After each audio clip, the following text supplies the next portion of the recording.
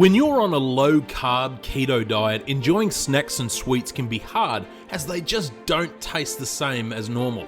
But my low-carb brownies are so dense and delicious, you'll think you're eating the real thing. He's got budget meals for families, delicious new recipes. Bring your friends over, let's make it and share.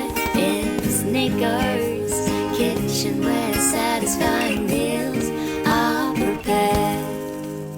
So into a large bowl, add the almond flour. Next I'm adding in some cacao powder, which you've seen me use before. It's perfect for when you want a rich chocolate flavor without the high sugars. Next in, I'm adding my sugar substitute. In this recipe, I'm using stevia as that's my preferred option, but you can use whatever you feel is best. And then give the dry mix a good stir to get everything combined well. For the wet mix, start by adding in some unsalted, melted butter and whisked eggs.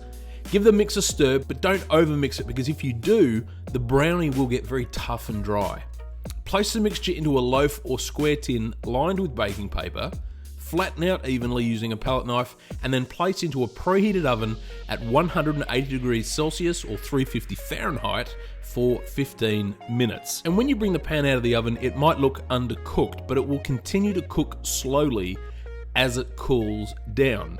As you bring it out, I also season it with some sea salt flakes. This is completely optional, obviously, but I love that sweet, salty chocolate flavor.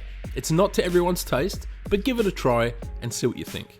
Once cooled, cut it up into pieces and serve. And once you cut through them, you can see how dense they are and packed full of flavor, and a brownie recipe you'll keep making over and over again.